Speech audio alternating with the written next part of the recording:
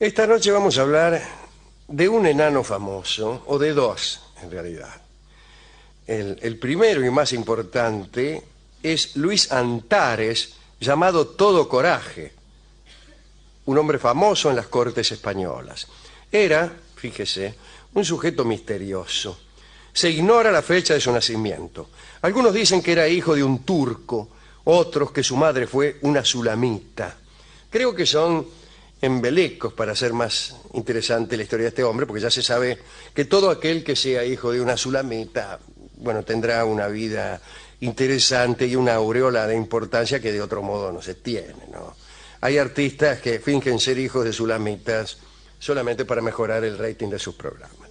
Pero Luis Antares era, antes que nada, un suplantador. Quiere decir esto: andaba por todas las cortes de Europa haciéndose pasar por cualquier enano famoso que en cada corte hubiere. Averiguaba primero cuáles eran los enanos más conocidos, o no tanto más conocidos, que mejor reputación tuviesen, y entonces él aparecía y se hacía pasar por el enano ese en cuestión. Recordemos que estábamos en una época en la cual esto era sencillo, ¿no? En este tiempo de hoy que nos toca vivir, la televisión, las revistas... Sí, la fotografía. Y las fotografías hacen que uno conozca no solo a los enanos famosos, sino también a los artistas, los toreros y aún los peluqueros, ¿no? Usted no se puede hacer pasar por Gerardo Romano con tanta facilidad. Bueno, de todos modos, el caso es que Antares llegaba a una ciudad, averiguaba qué enano tenía fama, y sin decir que él era, de un modo indirecto, se ponía a ejercitarse en la plaza. Y era muy diestro en muchísimas destrezas, ¿no? Bueno, era equilibrista, malabarista, tenía trucos propios y ajenos, y entonces averiguaba también cuáles eran los trucos predilectos del enano en cuestión, el que él quería reemplazar, los hacía, hasta que alguno le preguntaba: ¿usted es fulano de tal? Y él decía: sí, puede ser. Finalmente terminaba suplantándolo y consiguiendo, desde luego, aparecer en las cortes y hacerse pagar como si fuera el que él estaba reemplazando. Suplantar es una palabra muy linda, cuyo origen alguna vez hemos relatado, ¿no? Dicen que cuando Jacob y Esaú estaban en el vientre materno, ya empezaron a disputar. Saben ustedes, los que son aficionados a las historias bíblicas, que Jacob y Esaú vivieron una pugna durante toda su vida, a punto tal que Jacob suplantó a Esaú en la bendición divina y en la primogenitura, ¿no? Le afanó la primogenitura a su hermano Esaú. Es el gran suplantador. Pero dicen que esto ya había empezado en el vientre materno, ¿no? Los dos hermanos discutían en el vientre materno. Muy bien, discutían para ver quién nacía primero, ¿no es cierto? Entonces, parece que Esaú se disponía a nacer y Jacob lo tomó por debajo de la planta del pie, es decir, subplanta, y lo tiró hacia atrás. Y eso quiere decir suplantar, tomar a otro de la planta del pie para adelantársele en el nacimiento. Tarea inútil, ¿no? Porque, como se ha explicado aquí, el mejor criterio jurídico acerca de la primogenitura dice que ante el nacimiento de mellizos se tiene por mayor al que nazca en segundo término, por cuanto si se meten dos píldoras en un tubo saldrá primero la que se mete último. Me gustó cómo está dicho esto. Si se meten dos píldoras en un tubo saldrá primero la que se mete último. De todos modos, nada de esto estaba en la cabeza de nuestro amigo Luis Antares, que llegaba a los lugares, se hacía pasar por fulano, por mengano, y cuando alguien le decía: este debe ser fulanito de tal, el volatinero, Antares se limitaba a ejercitar su destreza, dejaba correr la voz, se enteraban los poderosos, lo llamaban, y entonces iba a los palacios, a las cortes, y cuando se cansaba, se aburría y se iba, ¿no? Le gustaban también mucho las mujeres. Llegó a ser un maestro en las más diversas artes del entretenimiento. Era volatinero, saltimbanqui, contorsionista, equilibrista, funámbulo y también se manejaba con promesas. Averiguaba qué animales no había en el pueblo que visitaba y él decía que era adiestrador de esos animales. Por ejemplo, si sabía que en cierta aldea no había rinocerontes, y no lo sabía en casi ninguna, él se proclamaba adiestrador de tales animales. Y es un poco peligroso porque nunca falta un buen corneta que tenga por ahí un rinoceronte y nos haga quedar como el cuatro de copa, ¿no? No. También era prestímano, es decir, esos tipos que sacan cosas de las manos, y actor, y gimnasta, y etcétera. Pero era valiente sobre todas estas cosas. Tomaba riesgos, tomaba toda clase de riesgos, y por eso lo llamaban Todo Coraje. Todo Coraje es también un buen título para una mala telenovela. Sí, sí. Y un día fue a Madrid. Llegó a Madrid como un desconocido, no reemplazando a nadie.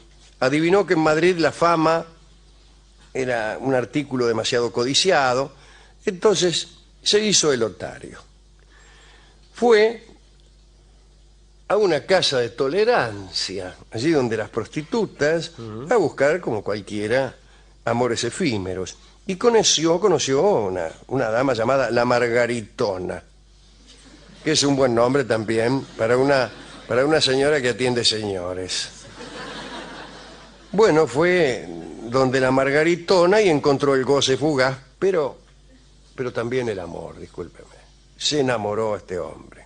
Antares se enamoró de La Margaritona y La Margaritona se enamoró de él y fueron muy felices. Durante un cierto tiempo Antares no suplantó a nadie, ni se hizo pasar por nadie, ni abusó de la credulidad de los cortesanos. Parecía que se había olvidado de su profesión. Pero un día llegaron a Madrid noticias de otro enano famoso, de nombre Antonino Polonesio. Y llegaron coplas, y las gentes hablaban del Polonesio y de una hazaña que era capaz de hacer cada vez que se lo proponía. Parece que el Polonesio tenía la siguiente habilidad. Allí donde se celebraba una corrida de toros, el tipo se hacía enterrar en la arena, enteramente, y permanecía bajo tierra hasta tanto terminase la fiesta. Después de la corrida, se hacía desenterrar, lo sacaban, y no solo salía vivito y coleando, sino que además era capaz de contar con lujo de detalles todo aquello que había sucedido durante la fiesta y responder cualquier clase de preguntas acerca de los detalles. Es mucho hacer, le digo. Es mucho hacer, ¿eh? Mire que las corridas duran toda la tarde, ¿eh? Sí. Y estar enterrado ahí ya por más de un minuto es bastante molesto. Se enteró Antares de la fama de este hombre. Y le empezó a picar aquella obsesión que tenía él por reemplazar a los que parecían irreemplazables. Y dijo, qué buena ocasión para hacerme pasar por el Polonesio. Un día desapareció, no lo vieron. La Margaritona preguntó por él, Antares no estaba, qué sé yo. Por ahí un día alguien anunció que había una corrida de toros y que Antonino Polonesio iba a ser enterrado en la arena bajo la cual iba a permanecer todo el tiempo que la corrida durase. Se hizo la corrida, terminó, y lo fueron a desenterrar al Polonesio. Cuando lo desenterraron, el hombre había tomado un color azul espantoso y estaba más muerto que una rata. Y además ni siquiera era el Polonesio, era Antares muerto. ¿Para qué le voy a contar la tristeza de la Margaritona, que se estaba preguntando dónde estaría su Antares?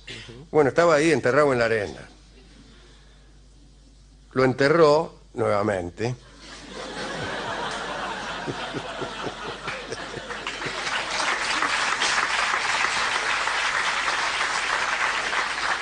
Lo lloró y no compartió con nadie su dolor, pues todo el mundo siguió creyendo que el que había muerto era el Polonesio. Y de Antares en Madrid nadie tenía la menor noticia. Pasó el tiempo y se presentó en casa de la Margaritona un segundo enano, un tercero si bien se mira. Este enano, que era hijo de portugués, se llamaba João Mascarenhas Cerrión. Tenía ojos como faroles y también tenía una habilidad. Toda esta gente tenía siempre alguna habilidad. Su habilidad era plantarse en una plaza y empezar a beber agua. Y parece que era capaz de beber hasta 300 tazas. Luego exigía que le pidiesen que echara por la boca cualquier cosa. Y entonces, accediendo a pedidos del público, empezaba a echar por la boca vino, agua, fruta, bolitas, pañuelos, sonajeros. Un asco. Pero aquello le gustaba a la gente. Hoy a la gente le gusta otra cosa, le gusta Gran Hermano, pero...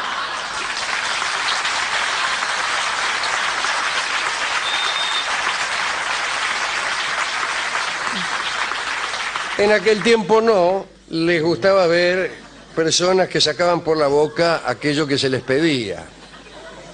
Es más o menos lo mismo.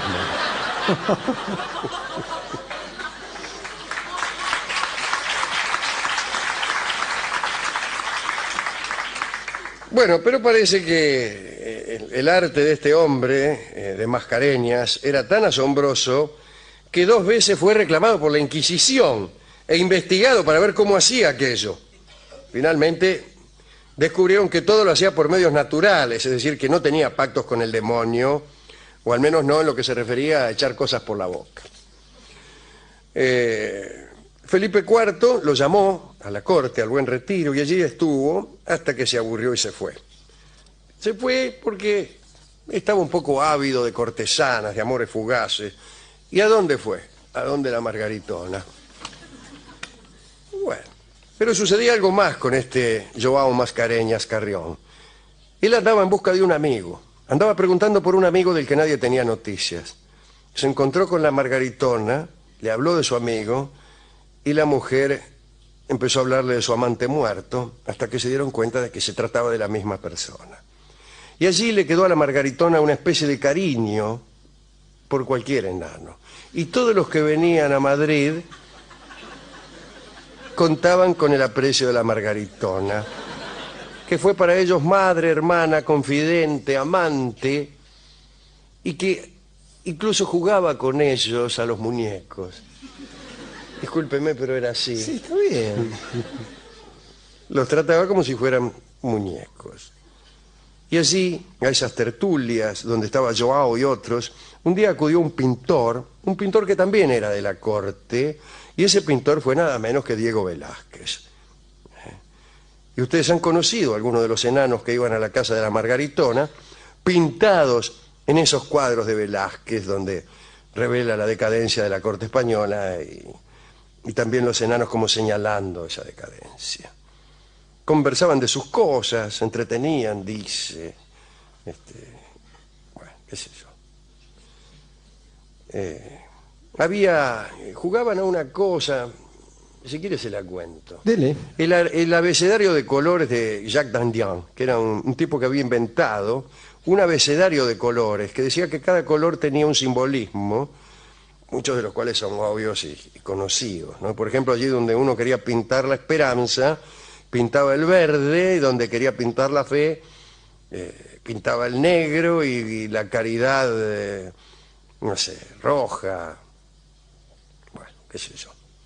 Hablaban de espejos, hablaban de un espejo hechizado que parece que había en la corte de Felipe IV, que fue descubierto por Joao Mascareñas, que dice que un día se miró en él y descubrió que en aquel espejo había algo malo, y el propio Velázquez sacó ese espejo y lo tiró al río.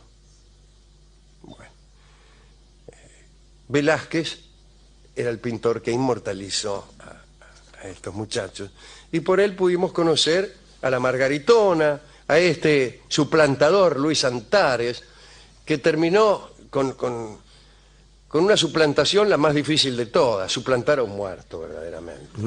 Suplantar a uno y suplantarlo no solo en vida, sino en la muerte. Se murió él y no dijeron, bueno, no era, no. Fueron perseverantes. Yo lo estaba suplantando, incluso, si hay otra vida, habrá habido algún conflicto, evidentemente. Seguro. Porque el tipo murió enterrado haciéndose pasar por el Polonesio. ¿Lo habrán recibido en el cielo? Bueno, aquí viene el Polonesio. ¿Qué habrá dicho el tipo? Bueno, mire, un momento. Según Según donde lo mandaran al Polonesio. ¿A dónde le Claro, toca imaginemos que ese el tipo? Polonesio haya sido malo. Sí. Y dice, bueno, mire, usted se hizo enterrar tanto que no vamos a tener más remedio que mandarlo al infierno. Que es donde mandamos. Y entonces, momento. Soy el otro. Yo no soy Ah, dice, eso hay que decirlo antes Antes de escuchar a dónde va. de escuchar a dónde va. No creo nada de eso. No, qué sé yo. ¿Le gustó el Antares? Me gustó este tipo. Me gustó mucho. Y me gustó también una época en donde era fácil hacerse pasar por otro. Ahora no, es muy difícil. Yo he querido hacerme pasar... No, el papelón del otro día, que se quiso hacer pasar por Badía, ¿se acuerda? Sí, Para entrar en un lugar. Dijimos, claro. "Ve, Y no había más entrada. Digo, pero mire que yo soy Juan Alberto Badía. qué papelón, por favor". Y el tipo que estaba en la puerta dijo, usted no es Juan Alberto Badía porque yo lo conozco muy bien. Tanto es así que... Y sacó una foto autografiada Sí. de Badía, estaba Badía así. Y decía, al amigo Filemón con todo éxito. Dice, yo soy Filemón. Dice, aquí está Badía. Y miró de nuevo y usted no es. Se O echaron sea a que desde patadas. que apareció la fotografía, la televisión y el cine, la suplantación es cada vez más difícil. ¿A quién quiere dedicar esta breve, esta pequeña historia de enanos? Ujú. Bueno, a la Margaritona. Qué lindo. la Qué Margaritona. lindo personaje, qué linda mujer. Digo, qué mujer interesante. ¿sí? Sí, sí. Esta que era capaz de darle los placeres de la carne y jugar a los muñecos con los tipos también y contenerlos. Dios, maravilloso. Me gustó mucho este personaje, Alejandro. Y después, obviamente, a Antares. Porque como decía Borges, si hay algo de lo que uno no se arrepiente nunca es de haber sido valiente. Y creo que este hombre, digamos, llevar en su esfuerzo por usurpar el lugar de otro hasta correr el riesgo de su propia vida merece un cierto respeto. Che, y a Diego Velázquez, que algunos dicen que ¿Cómo? fue el mejor de todos. Ujú. Bueno. Hemos ido a la discoteca a buscar discos sobre Antares, sobre suplantaciones, sobre breves estaturas, sobre la corte española, y encontramos uno sobre muñecos. Y se llama Muñecos. Y es una canción que va a cantar Ruth Ataguile, acompañada por nuestro querido Fernando Marzán, en una grabación que hemos hecho del programa de televisión que se llamaba Bar del Infierno. Muñecos se llama esta bellísima canción. Adelante, por favor.